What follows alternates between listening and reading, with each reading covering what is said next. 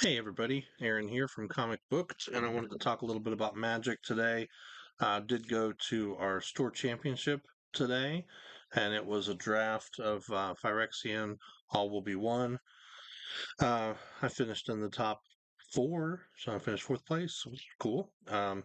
Yeah, it was a lot of fun. It was a draft, so three packs, three draft boosters of Phyrexia All Will Be One, and passed to pass left, right, left, just like a regular draft. For those of you not familiar with draft, I can kind of explain the basics of it.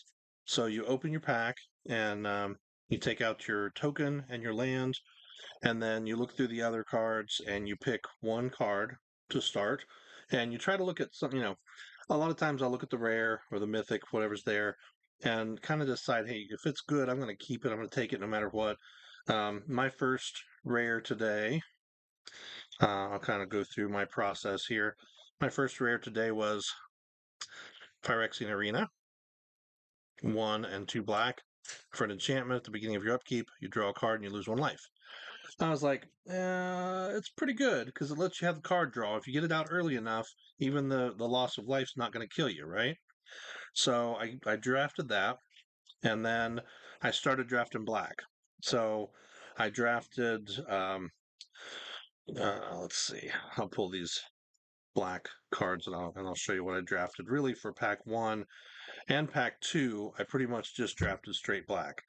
I drafted Bone Picker Scourge, 2/2 flyer, and then when your opponent is corrupted with 3 poison counters or more, he gets Death Touch and Lifelink. That helps to offset the Phyrexian Arena. Drown in Ichor, which is an awesome removal card for black. It's 2 casting costs, gets -1/-4 to a creature till the end of turn, and proliferate. It's sorcery speed, but it's still really nice removal for the bigger creatures. I actually pulled 2 Vraska's Fall, and Vraska's Fall is a great sacrifice card. 2 and a black. Each opponent sacrifices a creature or planeswalker and gets a poison counter, so that helps with the proliferate stuff. Also got this for some extra card draw. Again, giving up life. Life is a resource. Each opponent gets a poison counter. I got Annihilating Gaze, or Annihilating Glance, sorry. This one is 1 black, has an additional cost to cast the spell, pay 4 or sack a creature or artifact, and destroy target creature or planeswalker. Very useful.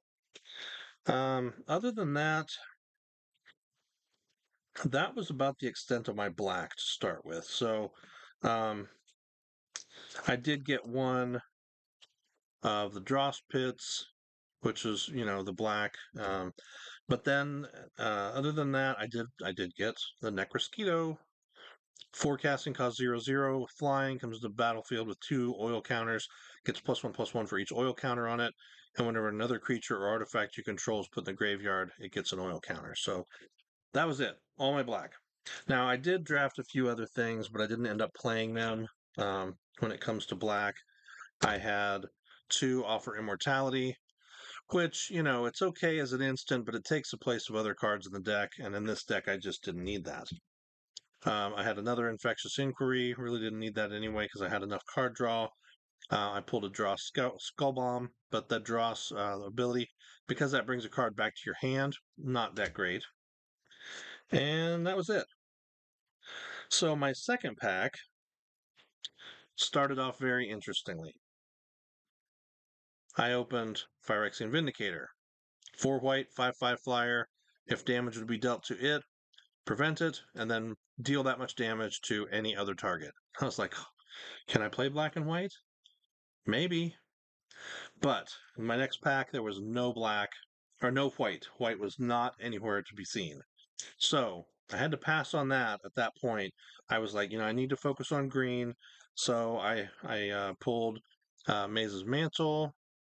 I pulled Predation Steward. And, these were okay cards. But then I started seeing green, more green come through. So I was like, okay, well, I can focus on green. Green is good. I got a Maze Skull Bomb. I also did get a Gulping Scrap Trap, which is good. 5 casting cost 4/4 when it comes to play, or dies, proliferate. That was very helpful. And then I ended up getting 3 adaptive Spore Singers. Oh, two. I'm sorry. No, I had 3, but I only used 2. I pulled 1 out. And they give +2/+2 and vigilance to a creature when they come to play, or they proliferate. Proliferate was really what I used it for the most. Yeah, here's my other one, Adaptive Spore Singer. Then I got this booger was great. The Contagious Vorak, that's awesome to get more lands in your hand, or to proliferate if you need to. I had um, two Carnivorous Canopy, which is good for getting rid of an artifact, enchantment, or creature with flying. And if its mana value is 3 or less, you can proliferate. So that was good. I had 2. I played 1 and I sideboarded 1, so I was able to pull that in if I needed to. And then Copper Longlegs, which gives me the reach and proliferate if I need it. I got 2 Sky Sai Engulfer, 6 casting cost, 6/5 with reach and trample, and it can't be blocked by flyers. Very useful. Flyers are bad in this set. They're hard to defend against, really they are. So I got a Hunter Maze, and that was good. Phyrexian Atlas, especially with the other toxic stuff that I'll be showing you in a minute, because once you get corrupted on your opponent, you can just tap, and then they lose a life every time. And that's very helpful. Unnatural Restoration, which is a great return card, return a permanent from your graveyard to your hand and proliferate. Canker Bloom helped destroy some artifacts and enchantments, and it gave you the proliferate option as well. Plus, it's a 3/2 for 2.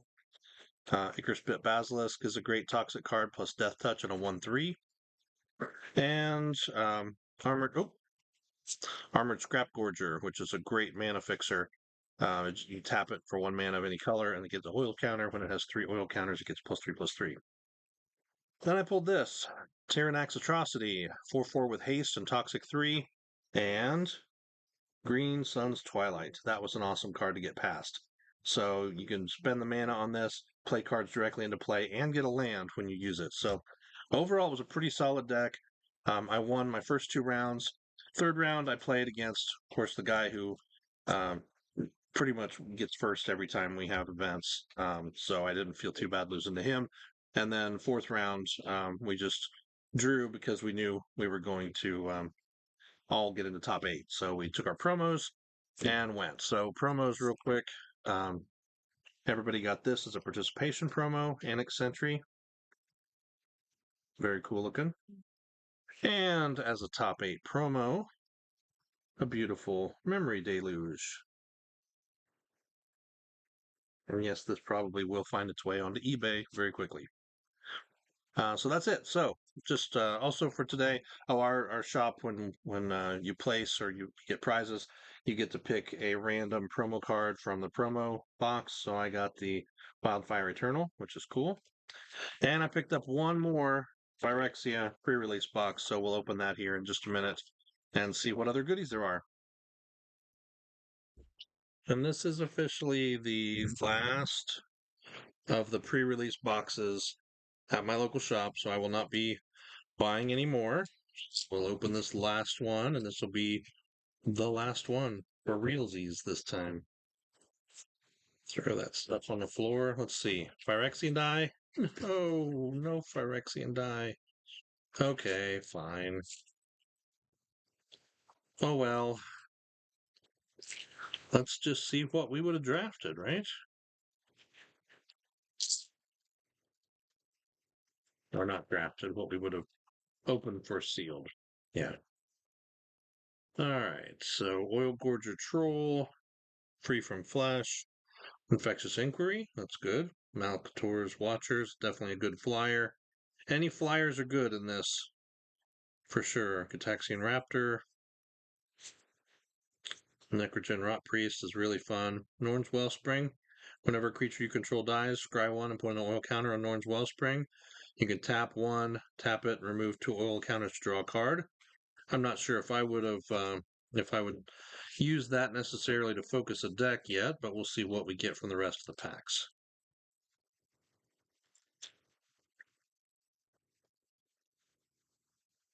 There's our Might. Annihilating Gaze, nice removal. Carnivorous Canopy. Tyrannax Atrocity, I love that card. So far, it's really looking like black and green are pretty solid. There's a Kaido, though.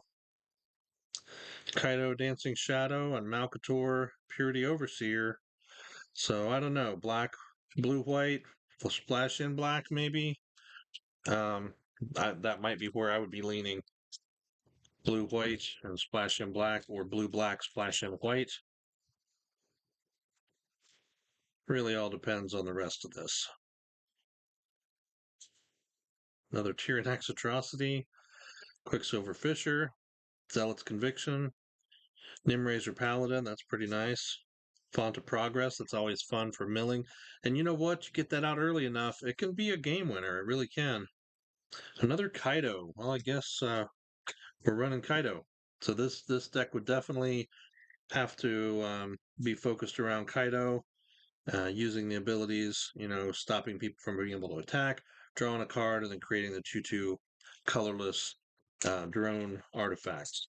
So I think this is pretty decent for a draw this time compared to what we usually get. Prophetic Prism definitely would play. Trawler Drake I would throw in. I like the fact that you get that with the and there's some more blue. Unctus, Grand Metatech. And Unctus, other blue creatures you control have whenever this creature becomes tapped, draw a card and discard a card. And he's a 2/4 for 3.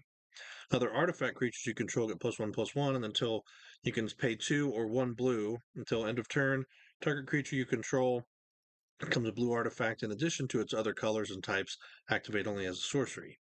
So then it becomes an artifact and blue. So when you tap it, you draw a card, discard a card, and they get +1/+1. All right. Yeah, blue is one of the weaker, really one of the weaker colors in this, but you pair it with something strong, and I think you could play blue white would be okay. We could get some strong blue or some strong white.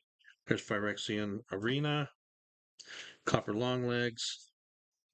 I think I would focus on blue white. You've got Planar Disruption. You got Vanish to Eternity.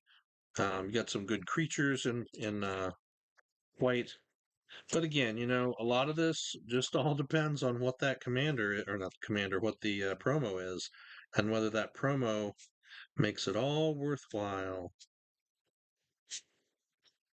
There's Ickermoon Gauntlet. Hey, Ickermoon Gauntlet, that's perfect. We got 2 Kaidos. I would play the 2 Kaidos on Ickermoon Gauntlet.